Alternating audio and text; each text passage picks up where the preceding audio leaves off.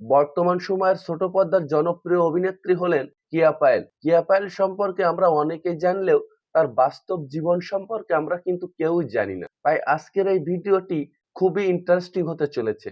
তাই ভিডিওতে একটি লাইক দিয়ে এবং চ্যানেলটি সাবস্ক্রাইব করে পুরো ভিডিওটি দেখতে থাকুন। কিয়া পায়েলের আসল নাম কিয়া আক্তার পায়েল, কিন্তু ভক্তরা তাকে বেশি কিয়া পায়েল নামেই চিনে থাকে। তিনি জন্মগ্রহণ করেন 11ই মার্চ 1994 সালে। 2026 সাল অনুযায়ী তার বর্তমান বয়স চলছে 32 বছর। তিনি জন্মগ্রহণ করেছেন আশুলিয়া, ঢাকায়। চলুন এবার জেনে নিই তার শিক্ষা জীবন সম্পর্কে। কিয়া Payel Dhaka Uttara Cambrian school and college থেকে মাধ্যমিক এবং উচ্চ মাধ্যমিক সম্পন্ন করেছেন।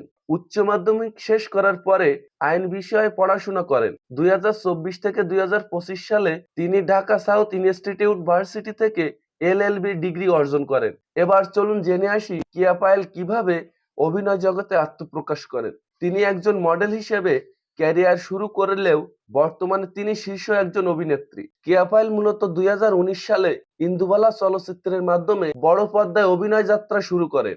এরপর তিনি 2022 সালে ছেলেরা যেমন হয় একটি চলচ্চিত্রে অভিনয় করেন। তারপর থেকে তাকে আর সিনেমাতে দেখা যায়নি। তারপর তিনি নাটক ও টেলিফিল্মে কাজ করা শুরু করেন। তার অভিনীত নাটক ও টেলিফিল্মের সংখ্যা রয়েছে ইউটিউবে অসংখ্য। তিনি বেশিরভাগ অভিনয় করেছেন মুশফিকার ফারহান, তৌসিফ মাহবুব এবং জুবানের বিপরীতে। তাদের নাটকগুলো দর্শকদের মন জয় করেছেন। কিয়া পায়েলের উল্লেখযোগ্য নাটকগুলো হচ্ছে আমার জান, স্বপ্নের নায়িকা, প্রেম পরিণাম, কেন বোঝে না, এ এক অন্যরকম গল্প, পূর্বের বারান্দায় দেখা, ডিয়ার ভ্যালেন্টাইন ইত্যাদি। এছাড়াও তিনি মিউজিক ভিডিওতে কাজ করেছেন। জনপ্রিয় সিঙ্গার তাহসান, ইমরান মাহমুদ, শেখ সাদির মতো জনপ্রিয় সঙ্গীত শিল্পীদের সাথেও মিউজিক ভিডিওতে কাজ করেছেন তিনি। কিয়া পায়েলের টিকটকে প্রায় 3 মিলিয়নের মতো ফলোয়ার্স রয়েছে এবং ইনস্টাগ্রামে প্রায় 2 মিলিয়নের মতো ফলোয়ার্স রয়েছে। কিয়া পায়েলের শখ হচ্ছে বন্ধুদের সঙ্গে আড্ডা দেওয়া, পরিবারের সাথে সময় কাটানো এবং ভ্রমণ করা।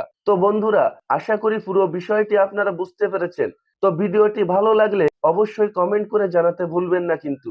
ধন্যবাদ।